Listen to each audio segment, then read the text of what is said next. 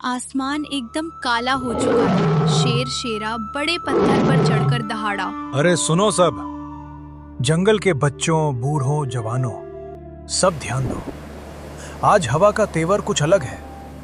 ये बादल ऐसे हैं कि बारिश शुरू हो गई तो जहां खड़े हो उसी जगह नहाने लगोगे। अब जिसके पास जो है तैयार कर लो, काहे कि बारिश मजाक नहीं करती। जानवर डर के साथ सुन रहे थे। सबको चिंता थी, पर एक ही जानवर था जो मुस्कुराकर दांत दिखा रहा था, लल्लू गधा। अरे राजा जी, आप तो ऐसे बोल रहे हैं जैसे तूफान आ रहा हो। इतना तनाव मत ली। बारिश है, आएगी, गिरेगी, रहेगी, फिर चली जाएगी। काहे इतना जल्दीबाजी? लल्लू तू हर बार यही बोलता है और हर बार भीगता भी तू ही है। ए चीकू, वो बड़ी पत्ती कहाँ गई? बारिश गिरने से पहले छतरी बना लेनी चाहिए। पिछली बार याद है ना, पूरा परिवार भिंगी मुर्गी बन गया था। अरे भाई, तुम तो हर बार डरते ही रहते हो। लो, ये पत्ती एकदम ताजगी से भरी, लेकिन तुम इस बार बांधना ठीक से। याद है ना पिछली बार हवा में उड़कर किसके सिर पर गई थी?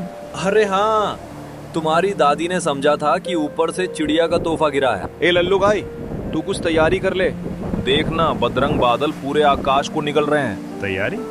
अरे भाई, जब गिर ही जाएगी तब देखते हैं। पहले मजा लेते हैं। ऐसे मौसम में चाल चलने में बड़ा सुकून मिलता है। नीलकंठ तोता एक पेड़ पर बैठकर हवा सूंघ रहा था। हवा का स्वाद बदल गया है। नमी बढ़ रही है, बादल भारी हो रहे हैं। ये सिर्फ बारिश नहीं, धमधमाती बारिश है। ए लल्लू, 2 बार बोल चुका हूँ, तैयार हो जा। प्रकृति समय नहीं देखती, वो जब गिरती है पूरे जोर से गिरती है। अरे तू तोतवा है, तेरा काम ही भविष्यवाणी करना। मेरी जिंदगी में थोड़ा आराम रहने दे भाई। बारिश जब आती है, घर चूल्हा सब संभालना पड़ता है, बच्चों का भी ख्याल। काम बहुत है, लेकिन खुशी भी है। उसी वक्त लल्लू उधर से गुजरता है। अरे लल्लू, तू अभी तक कुछ नहीं कर रहा? इतना गाढ़ा बादल है, तूफान। अरे मतलब बारिश कभी भी आ सकती है। हमारी खाल मोटी है, हमें कुछ नहीं होता। बारिश हो या बाढ़, हम हर मौसम में फिट रहते हैं। हाँ, पिछले साल जब तू 3 दिन तक छींकता रहा था, वो भी हम याद है। इस बार पानी अंदर घुसाना तो मैं बिल से बाहर ही नहीं निकलूंगा। चलो चीकू, जल्दी जल्दी काम कर। पिछली बार पूरा परिवार तैरने लगा था बिल में। लल्लू खड़ा होकर देखता है। छोटू, तेरी तो जान ही डर का नाम है। तू तो हर चीज से डरता है। डरता इसलिए हूँ क्योंकि मुझे समझ है, समझे? तुम बड़े हो इसलिए बेफिक्र हो, हम छोटे हैं इसलिए सतर्क हैं। अरे अरे अरे, ये कौन सा बादल फटा रे बाबा? अभी तो धूप जैसी लग रही थी।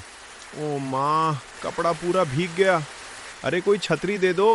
वो बंदरों के पास भागता है।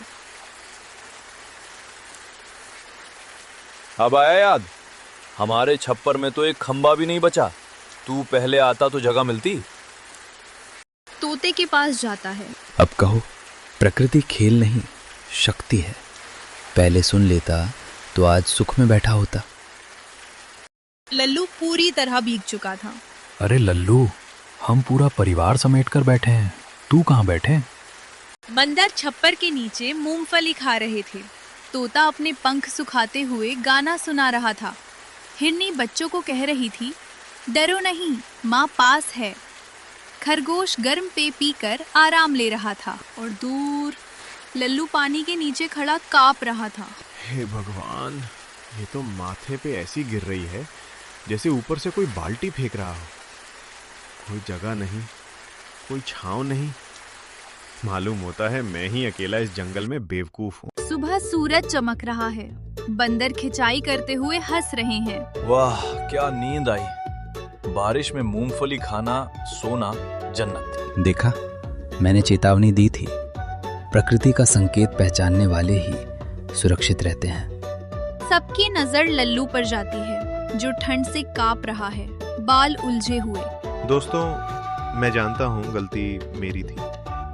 हर बार सोचता हूँ कि अरे अभी टाइम है, बाद में कर लूंगा, लेकिन बाद में कभी आता ही नहीं। और कल रात तुम सबको आराम में देखकर और खुद को बारिश में भीगते हुए देखकर मुझे पहली बार लगा कि मेहनत से कोई घायल नहीं होता, लेकिन लापरवाही जरूर घायल कर देती है। अगली बारिश से पहले मैं सबसे पहले तैयारी करूंगा, वादा है। चलो भाई, आज इसे खाना हम देंगे, वरना ये तैयारी से पहले ही बेहोश हो जाएगा।